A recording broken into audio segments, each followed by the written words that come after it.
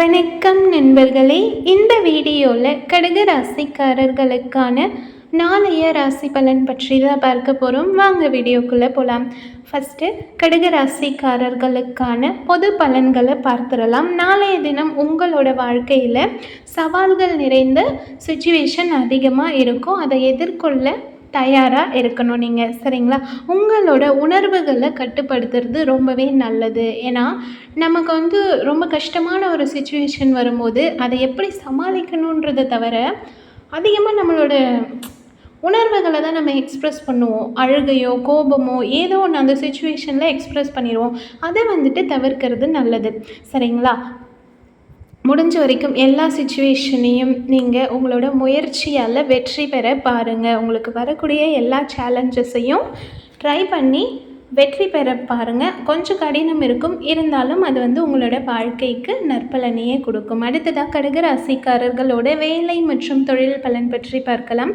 நாளைய தினம் உங்களோட ஒர்க்கிங் பிளேஸ் திருப்திகரமான நிலையில் இருக்காது, சரிங்களா? உங்களோட பணியில் நீங்கள் வளர்ச்சியை காணணுன்னா கண்டிப்பாக ரொம்ப ஹார்ட் ஒர்க் போடணும். நிறைய ட்ரை பண்ணி உங்களோட மொத்த ஹார்ட் ஒர்க்கையும் போட்டால் மட்டும்தான் உங்களோட ஒர்க் பிளேஸில் உங்களோட வேலையில் மன திருப்தி கிடைக்கும், சரிங்களா?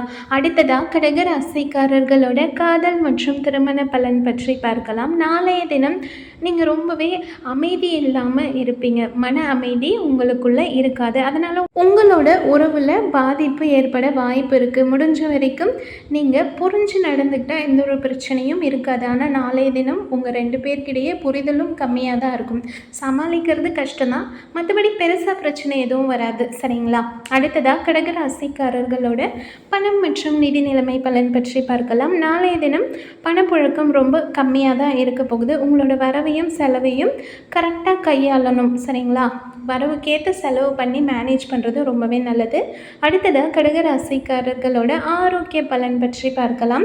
நாளைய தினம் உங்களோட ஆரோக்கியம் ரொம்ப சூப்பராக இருக்கும் அப்படின்னு சொல்ல முடியாது, சுமாராக தான் இருக்கும். கால் வலி ஏற்படலாம், அப்படி இல்லாட்டி மனப்பதட்டம் ஏற்படலாம். இந்த மாதிரி சின்ன சின்ன விஷயங்கள் ஏற்பட வாய்ப்பு இருக்குது. கால் வலி இல்லை உடம்பு வலினா ஏதாச்சும் பெயின் ரிலீஃப் எக்ஸசைஸ் பண்ணுங்கள். மனப்பதட்டத்தை குறைக்கிறதுக்கு தியானம் பண்ணுறது ரொம்பவே நல்லது. ஹெல்தி ஃபுட் சாப்பிட்டு ஹாப்பியாக இருங்க. அடுத்த வீடியோவில் சந்திக்கலாம். வீடியோ பிடிச்சா மறக்காமல் சேனலை சப்ஸ்கிரைப் பண்ணி சப்போர்ட் பண்ணுங்கள். தேங்க்யூ.